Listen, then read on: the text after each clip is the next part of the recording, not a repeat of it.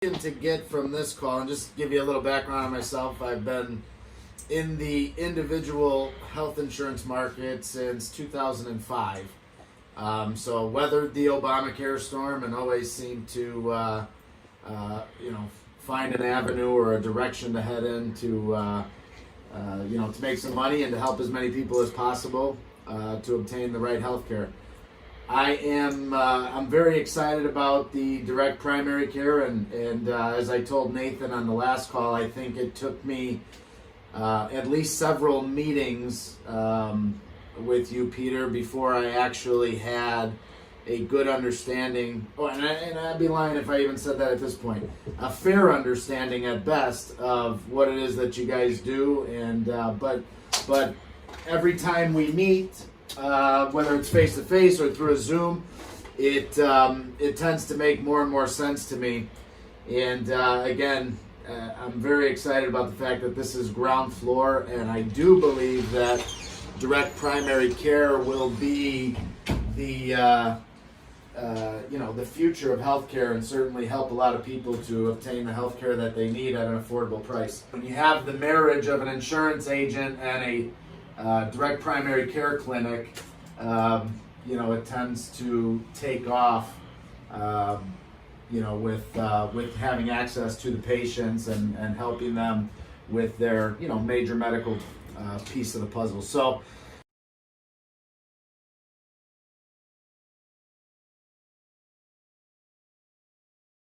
but the agent is a critically important component to what's going on here. There are direct primary care clinics who are trying to market them on their own, and I have yet to see one be successful because they don't understand insurance. I mean, they don't understand, they don't understand that side of it, right? So as soon as we get an agent launched and then we get a clinic launched, we're good to go.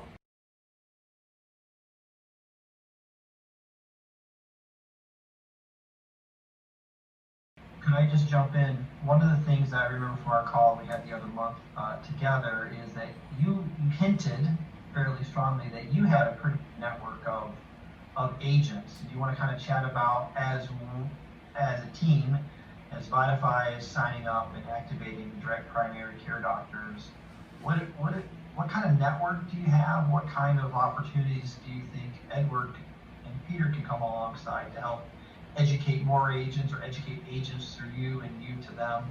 What kind of ideas do you have in that regard? Who you know and how to help you? Well, I've got, as Peter said, I've got a very large network of health insurance agents that stretches from coast to coast, both that I work directly with and, that I just know from being in the business for so long. So, assuming this does take off the way that, we all think that it can and would like to see it do, I'm sure I could bring on multiple agents. I mean, blanketing a large market with enough insurance agents that are, knowledgeable and have a strong enough portfolio to help out and in the major med side of things, that wouldn't be an issue at all.